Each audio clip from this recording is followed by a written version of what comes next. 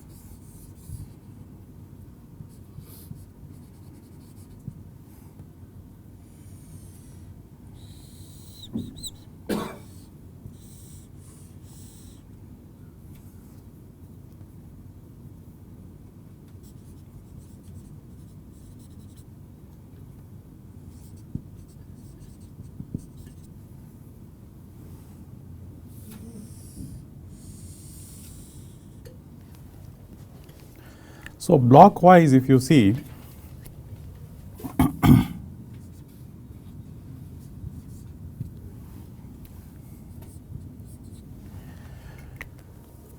you can break it up into these parts. Okay. You have the plant, you have the controller, and all the in the feedback loop, sensing, anti-alias filters, all those things put together, I will call it as sensor circuits. So, let us give some symbols. Controller is called, let us say, GC and GP, and this let us call it as H. Of course, you can use any symbols convenient, but many of the literature you will find G used for transfer functions. GP, we are using it for the plant, controller, and H for the feedback portion of the loop. Here I have kind of partitioned the controller into two parts. One is the GC part is just poles and zeros part. So, if I take out common factors, all those gain part, constant fixed gain part is separate. Okay. So, that we will just call it as K. So, K GC together is the controller. Okay. This GC contains only the pole locations and zero locations. Okay. So, if it is in the S domain, you would have written it as S plus A, S plus B whole divided by S plus C, S plus D, S plus so on. In the case of the discrete domain, GC is Z plus A, Z plus B divided by Z plus C, Z plus D, so on. So, it is just only gives the location of the poles and zeros. All the constant factors, whatever it may be, put together one single gain term K. Okay. So, this is what will reflect there as a closed loop transfer function. If you look at it, take this together. So, this we are familiar, the same classical concept. K GC GP, that is the forward loop transfer function. K GC GP H is the loop transfer function. Okay. I think these concepts you are familiar with. So, you will have the closed loop transfer function, which is K GC GP divided by 1 plus K GC GP H. Okay. So, this is the closed loop transfer function. Now, for this, what is it that we need to do? We need to design this. This is your objective.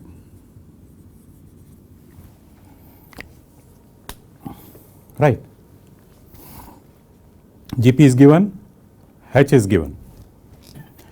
You have to do this and you have to do that.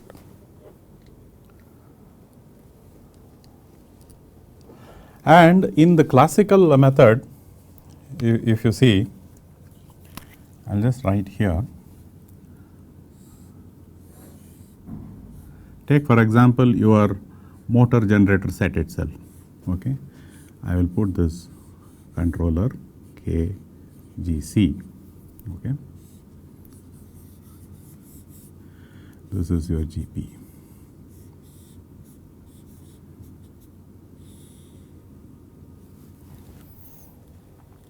Now, in the case of the motor generator set, you are controlling the current and controlling the speed or controlling position.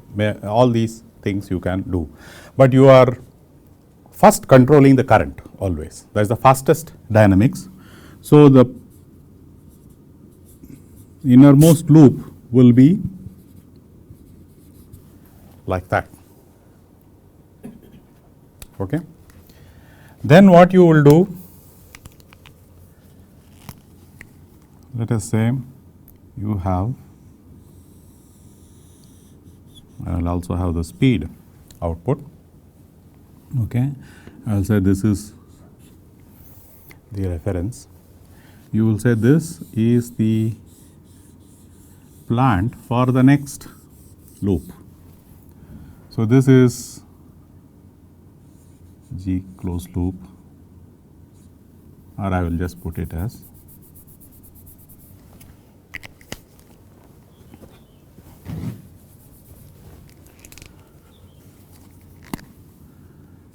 K GC GP divided by 1 plus K GC GP H.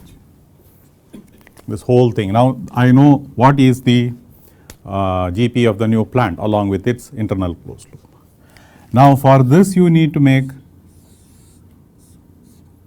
another controller. So, you will be making it step by step in sequence.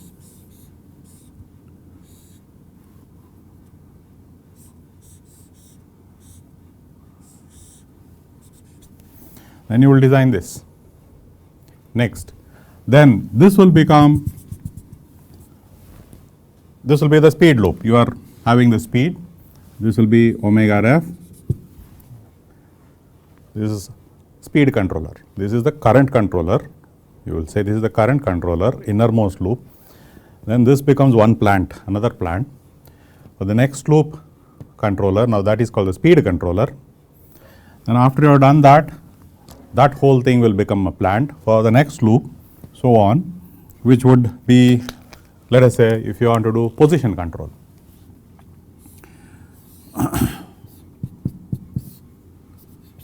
So, theta ref.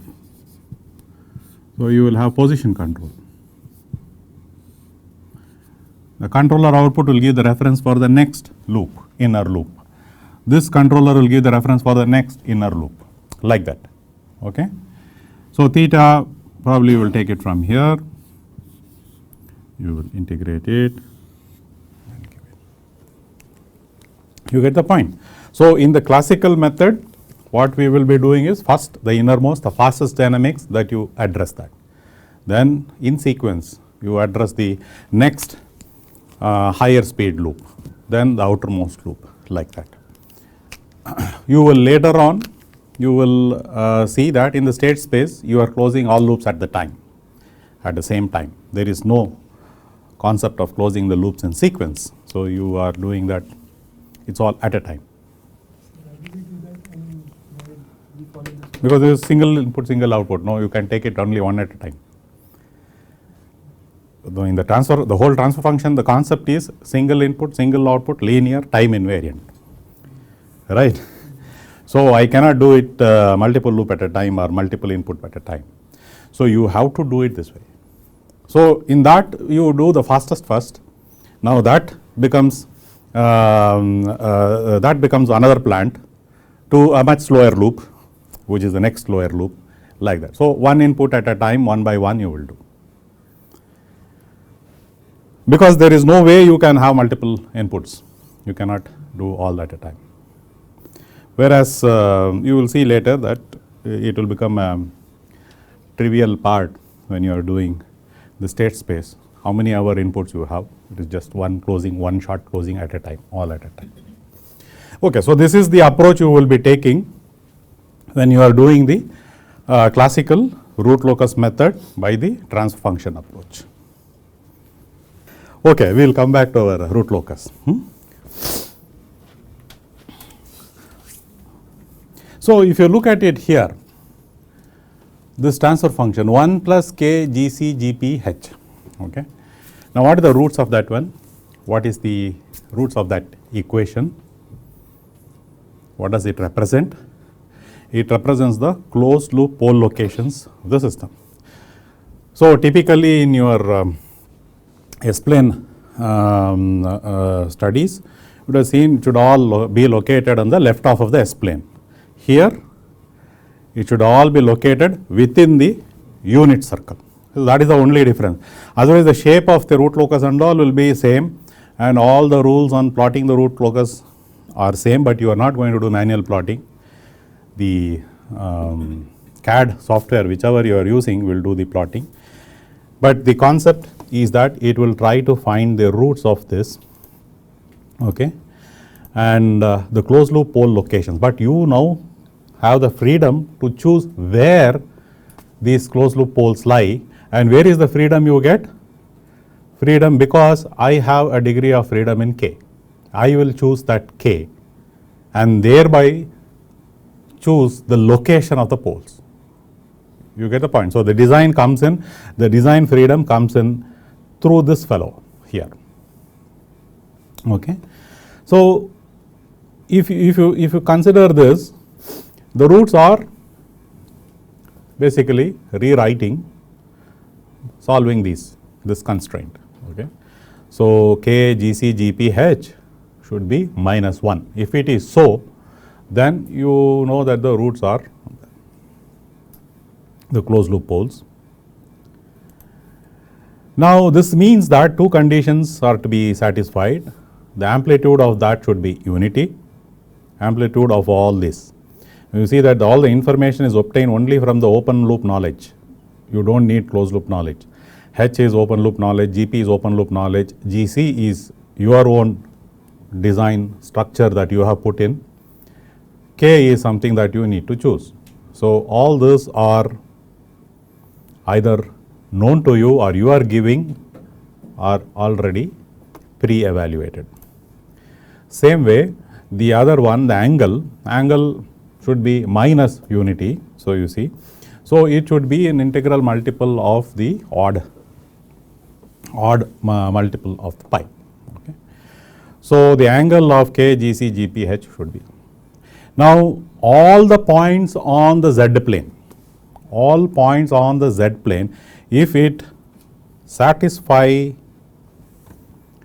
these two constraints, these two conditions, then I know that it is a valid possible closed loop location point. Okay. Same way in the S domain also, if all the points on the S plane satisfy this condition, then they are all potential points to be considered as closed loop pole locations. So, that is the idea. So, now here k is the variability factor, nothing else can change much. Once I have fixed the controller structure, pole 0 structure, GP fixed given to you, H fixed given to you, there is not much freedom except in k. So, that is the parameter that you vary. So, you vary that parameter from 0 to infinity. Vary that parameter k from 0 to infinity, what do you get? I get for every value of k I will get a point if it is one locus. Multiple locus, see that if the number of loci will be based on the order of the system. Okay. And the important thing is only from known parameters, only from the open loop model. Okay. So now you have how many possible locations? Infinite, right? Every point of k continuously varying from 0 to infinity means I will have so many possibilities, infinite possibilities. Now let us say within the stable region, within the unit circle, if there is something passing, even in that segment you have infinite possibilities. Okay. So now you are having this problem of riches. I have too much, how do I select? Okay. Same problem you would have in selecting. Let us say you have 10 items which you want to purchase. You want to purchase, there are 10 different brands, all have the same spec, all seem to behave similarly, all are having same cost. How will you go and purchase? Same problem.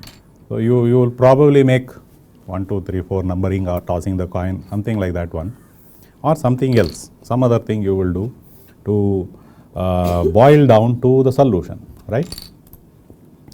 Okay. So this select from infinite possible closed loop poles. Now that is the problem, and that is the problem that we need to address. So for that there is no formula. Okay.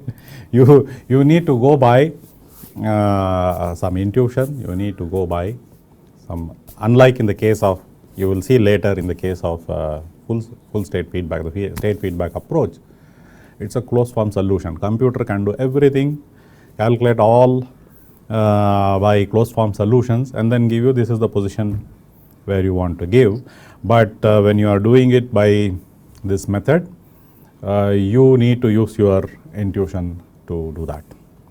That is also an advantage, that is also a disadvantage. Both are there, plus and minus. Using the intuition, someone who knows the plant so well, using intuition is actually a very good thing. But someone, it's a black box, he doesn't know it, then he has no intuition about it. How will he go forward? So those are the things. So let us see some tips how we just go in a systematic manner. So first step is decide the controller structure. Controller structure means this fellow. You should see how many poles, how many zeros should have. Of course, the starting point always will be I don't want any pole, I don't want any zeros. Should see, will proportional work? Will just only gain work? Can this be 1 by 1? Okay, if this is 1 by 1, is that possible? Yes. So that is the first, you will make that iteration, you will go through it and then make the root locus and then see. We will see some examples there. Then you will see, should I add poles and zeros? And you will see, is there a steady state error coming? Let's say with 1 by 1, you will see, is there steady state? If the steady state error is there, then you know, okay, the plant is not having an integrator, it is not a high gain plant, therefore I may have to put in a gain. So I will put in an integrator. So I will start putting a pole there. Okay. So then again I rerun the loop. See, this iteration freedom was not available in the pre-computer days. So everything was hand computing. Because of that, root locus was not popular, even though it had the maximum information in the classical methods. What was more popular was the Bode plot, because Bode plot you could do by hand easily. It is just looking at the slope and saying, okay, so many poles are there, so many zeros are there and things like that one. But it has its own disadvantages. Non-minimum phase systems, that is, you are having zeros on the right of this plane, you cannot do by the Bode plot. Whereas root locus, whatever it be, stable, unstable, minimum, non-minimum, all those kind of systems, every system can be addressed as long as it is single input, single output, linear, time invariant. So like that, first step is that we need to decide on the controller. Should I have so many poles, so many zeros, where I can position? So this has to go by iteration. You will start and then you see that the response is not okay, then you will change the controller. Okay, you will change the location of the poles and zeros, you will push it around a bit. Okay. So if the plant does not have a pole at z is equal to 1, then you will include that one. Okay, that is. Sometimes it may not be possible to put a pole at z is equal to 1 because the root locus is not fitting into that one. You will not be able to pull the root locus. Okay, so then you may have to put the pole elsewhere other than z is equal to 1. So which means you will have to live with some steady state error. In such case, you will have to choose the closed loop points closer to the 0, high gain. Then you will have, but then the closer to the 0 should be within the unit circle, right? All these things. So as I said, there is no fixed point rule. These are all what you call tips and tricks that you need to follow step by step so that you don't miss out on some of these things.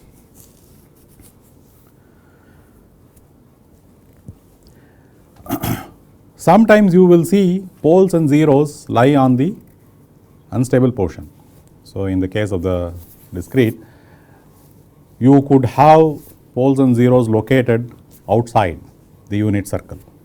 Okay, zeros outside the unit circle. Typical case power electronics would be boost converters. Boost converter is a typical case where you will have a 0 outside the unit circle, right? 0 on the right half of the S plane, like that.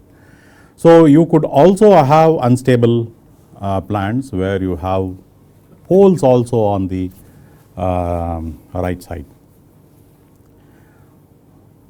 Like if you take the inverted pendulum, those kind of cases, a magnetic levitation where you are having a ball and then you are levitating it. Okay, so that's an unstable system.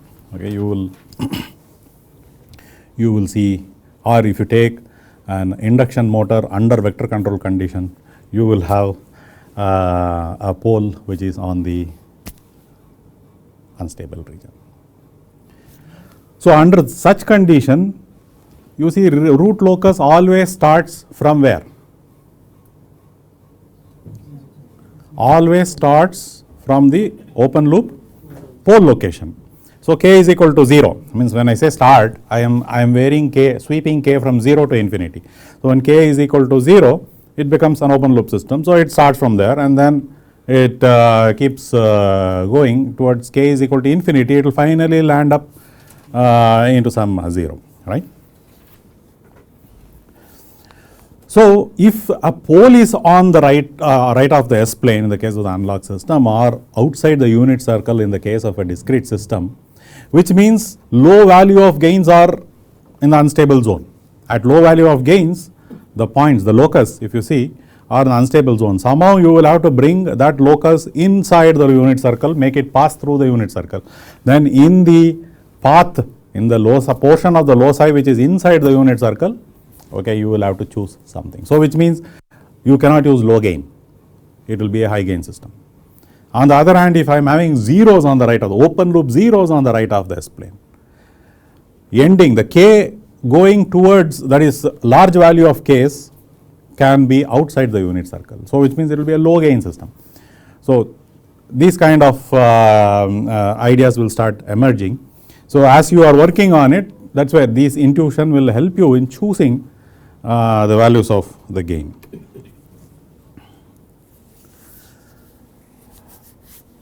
See, when you are making this controller structure, say okay, I have this plant is having an unstable pole, 1 by S minus A or 1 by Z minus E, Z minus 2, let us say, in the case of a unit, in the case of the discrete.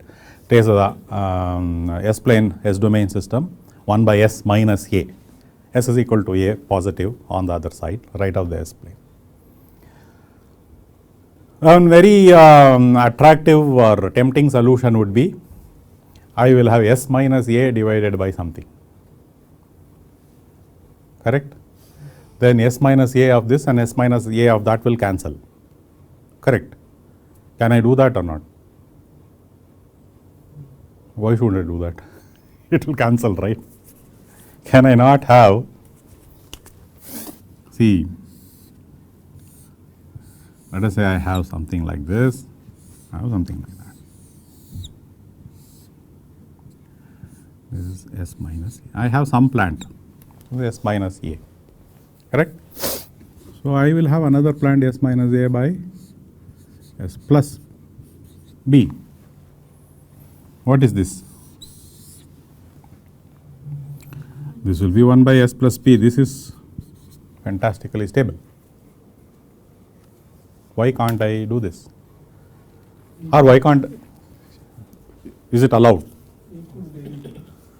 I will tell you that I am tracking A throughout. I know the value of A and I know A doesn't vary. Or even if it varies, I am able to estimate that one. So let us say that ideally this is known instant of time precisely to the nth decimal place. Shall I cancel it?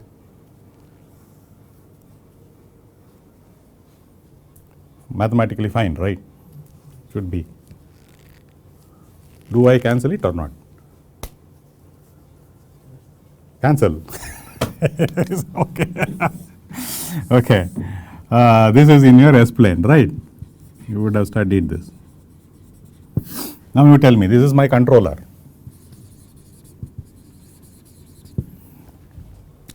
Tell me where is the location? Somewhere here. So this is my A. I am just only taking that one. The controller's pole is here, B, right? What about the 0?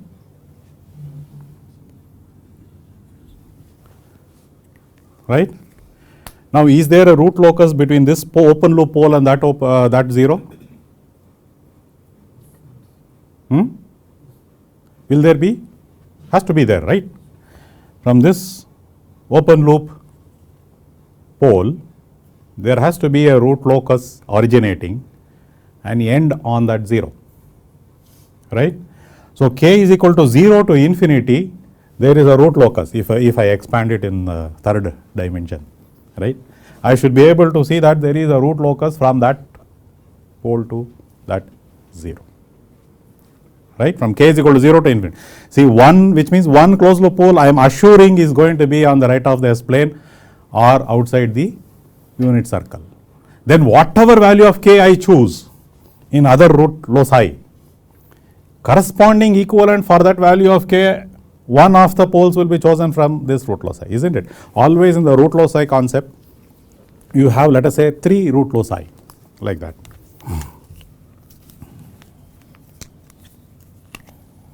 I'll come back to that. Let us say I have a pole here, a pole here, a pole here. I am writing this in the S plane so that you are familiar with this, but the shape is same even in the discrete plane, only your marker will change to this. Okay, fine.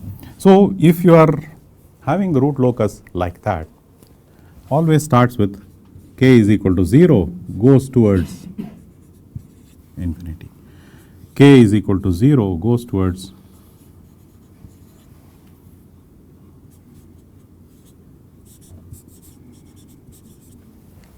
right. Now the moment I am having 1, 2, 3 poles, what is the order of the system? Order of this whole system is 3, right? Order of the closed loop system also has to be 3. I am not adding any order, right, by closed. So I have to choose one closed loop pole from this locus, one closed loop pole from this locus, one from this. Always it is like that. So the moment I say k is my parameter, k is my design parameter, I will say, let me go and have a look at k is equal to 3. So I will have to go, okay, some k is equal to 3 somewhere here. In this line, with this, for the same k is equal to 3, I have to choose. For the same k is equal to 3, from here I have to choose. Right? So let us say here you have multiple root loci. Let's say another root loci is here, going on like that. There is one root. So I will say I will choose for some k is equal to something x.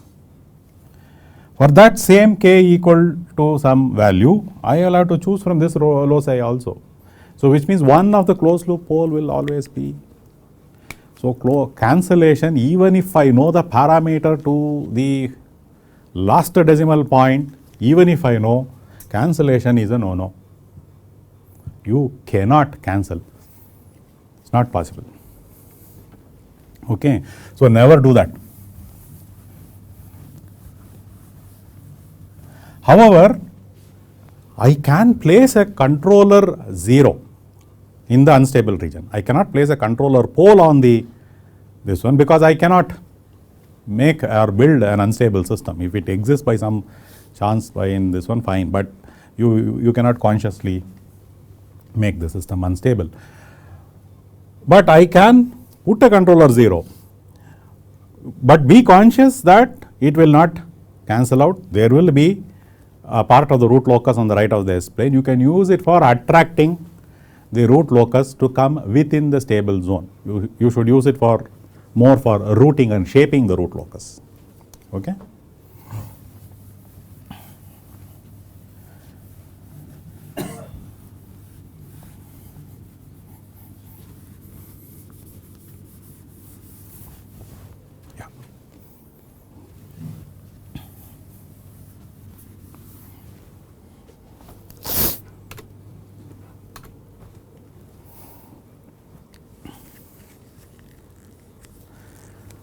Okay, so in the case of our discrete domain, you have the Z plane. It should all stay within, the closed loop pole should stay within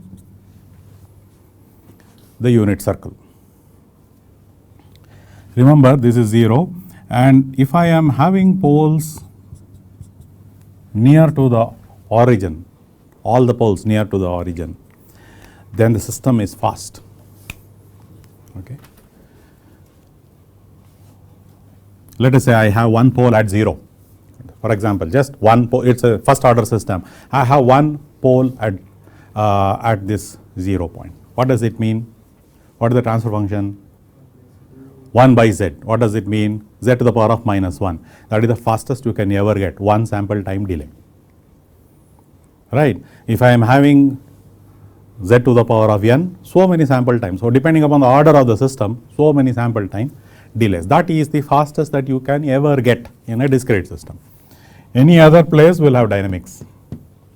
So it will be greater than z to the power of minus. So as you start going, placing the poles closer to the origin, you are going to speed up the system.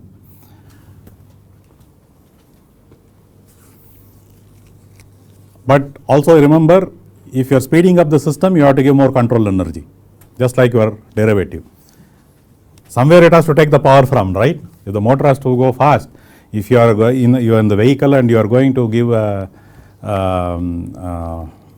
press the accelerator foot at a fast pace there, high dynamics, then you will be drawing extra fuel to see that it goes to that new. So energy also will be more, control energy will be more when you go. At the same time, it is also more robust. You have the closed loop poles located here. Now for it to become unstable, it has to cross across and then cross the unit circle boundary, then only it will become unstable. So in the case that I am having a plan, your motor, RA, LA, JB, all those things, I have incorrectly estimated it.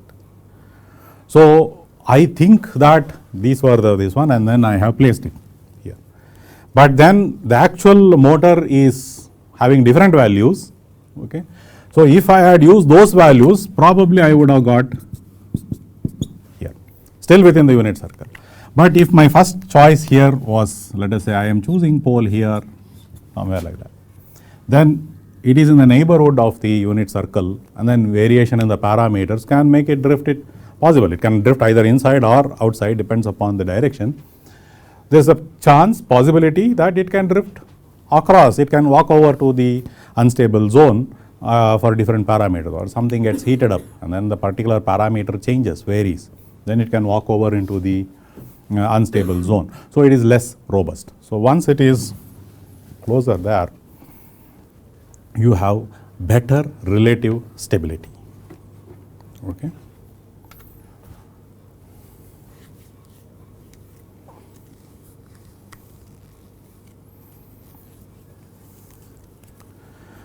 So if the closed loop poles are selected near the circumference, then the controller is less robust. Okay.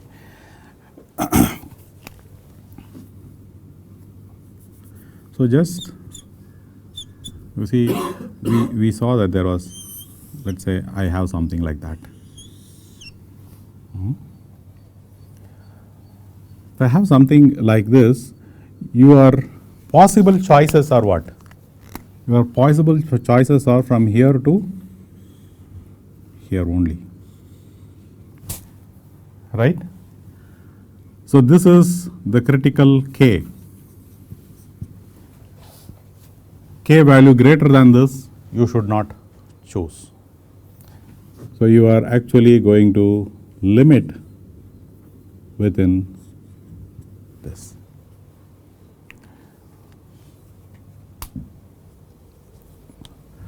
So this is actually a limit on the value of K, value of the gain K that you can put there. Too much high a value of gain can lead you out of the stable zone into the this one. Depends upon the type of the total dynamics.